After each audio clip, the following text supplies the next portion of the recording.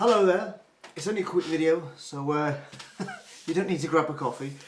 Yes, 7 reasons why not to like Lloyd Evans. Those 7 reasons are obviously Kim Brooks, Mikey Brooks, Kim Silvio, Jonathan Berger, Joel Marks, Mark Latham and Cora Latham. Because I kid you not, there was a video on last night, a live stream. I never got to watch it as it went out because unfortunately, as I've explained before, that my son is going over to America and we may not see him for a couple of years because he may travel after that.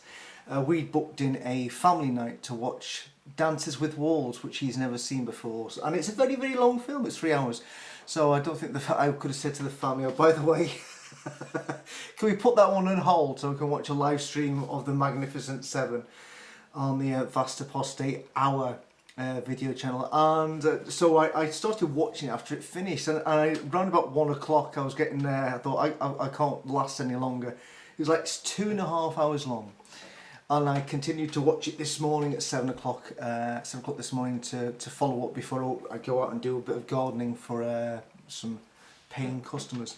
Anyway, I'm just going to put a link in the description for anybody who's not seen it yet. I think everybody should watch it. This is, I think, the first time the Magnificent Seven have been together to discuss the latest events in the crazy world of Lloyd Evans.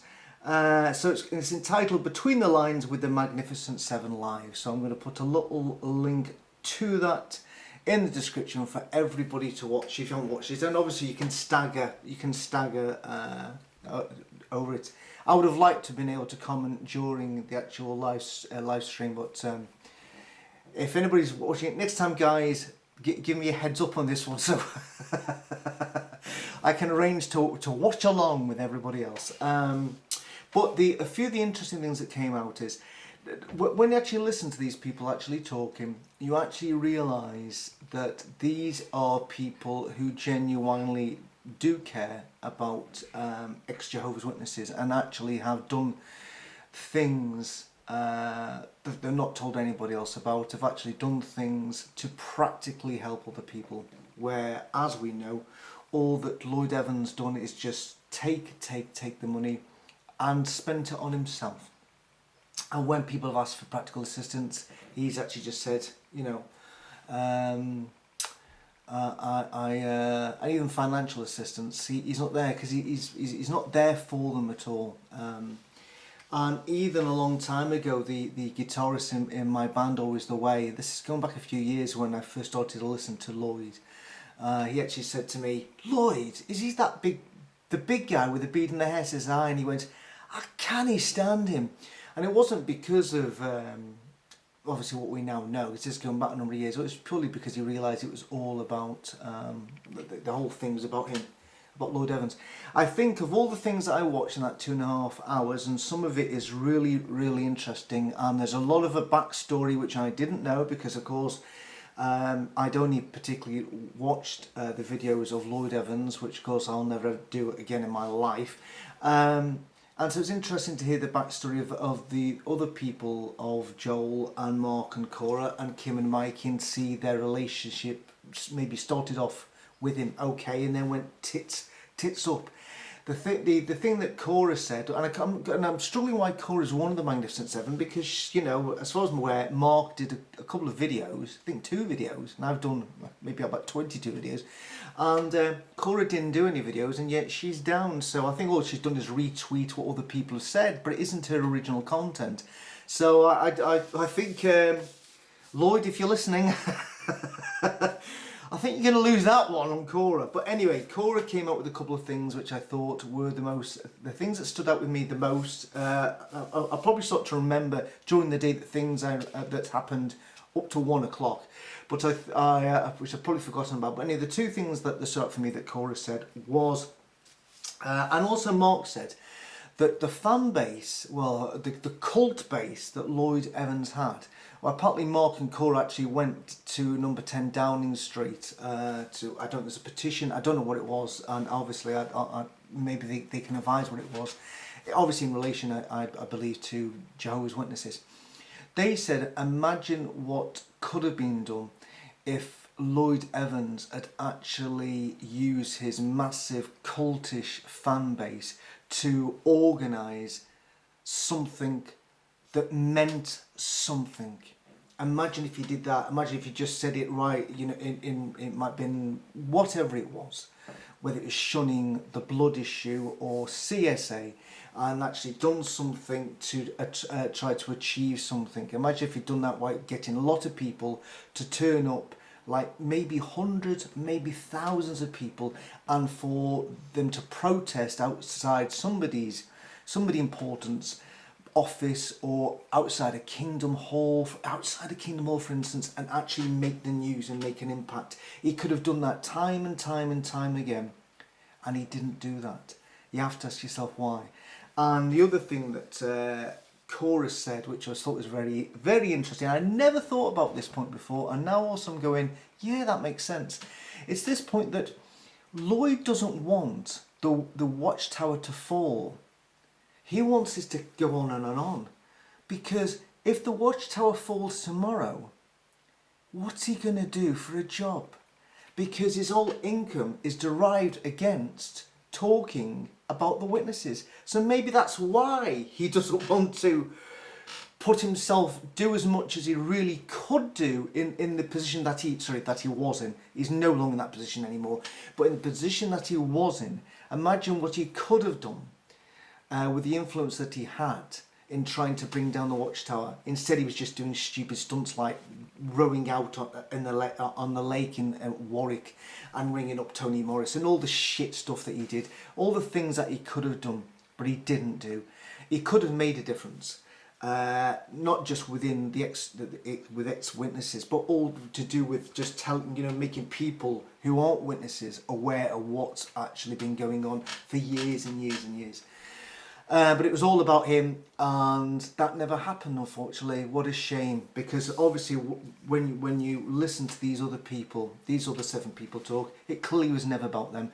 And when you look at all the other people who've come in as well, the interesting thing about this, I'm just going to finish on this. The interesting thing about this is in relation to the way that there's been this response to the events with Lloyd Evans. How come is it, Lloyd, if you're watching, that not just me, but, the other 11, the litigation 12, and include the Magnificent 7, and all the other people, how come nobody has a good word to say about your conduct and what you've done? How come nobody does?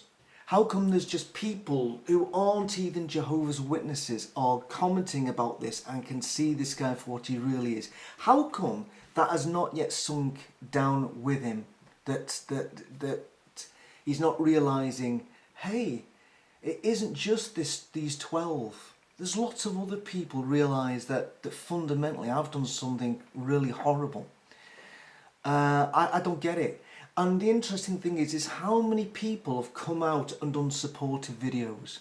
If he is that right, if he is, should be exonerated, how come there hasn't been a plethora of videos from his loyal fan supporter base going, oh Lloyd, yeah, oh man, come on, there's been nothing. Maybe one, but it's like down here, 4 and way up here against. It's bizarre.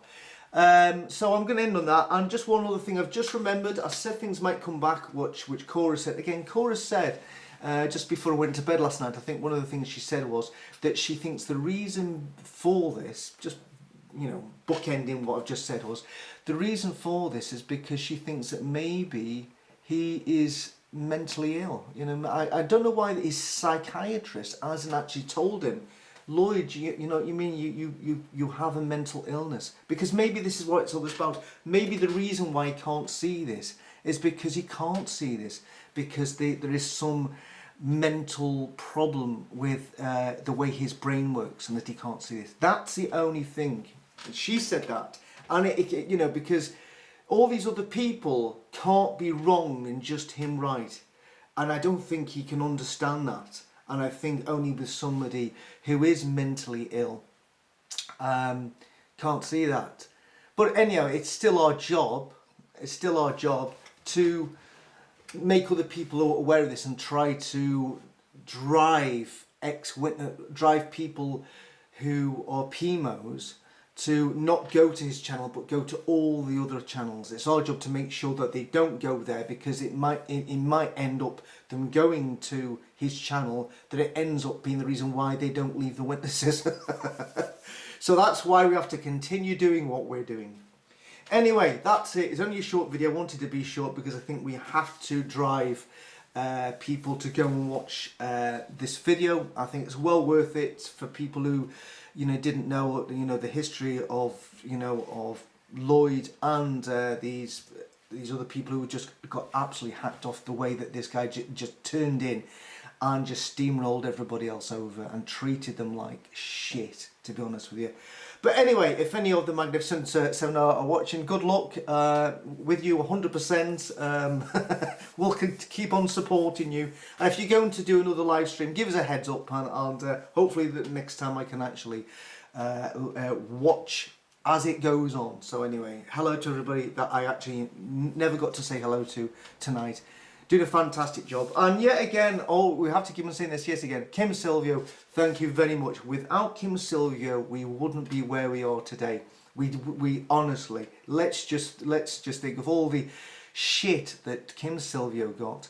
Let's just thank her every day for actually finally revealing this guy for what he truly is. So massive thanks to Kim for this. And yeah, just keep on going, keep on going. Fight the good fight for the faith.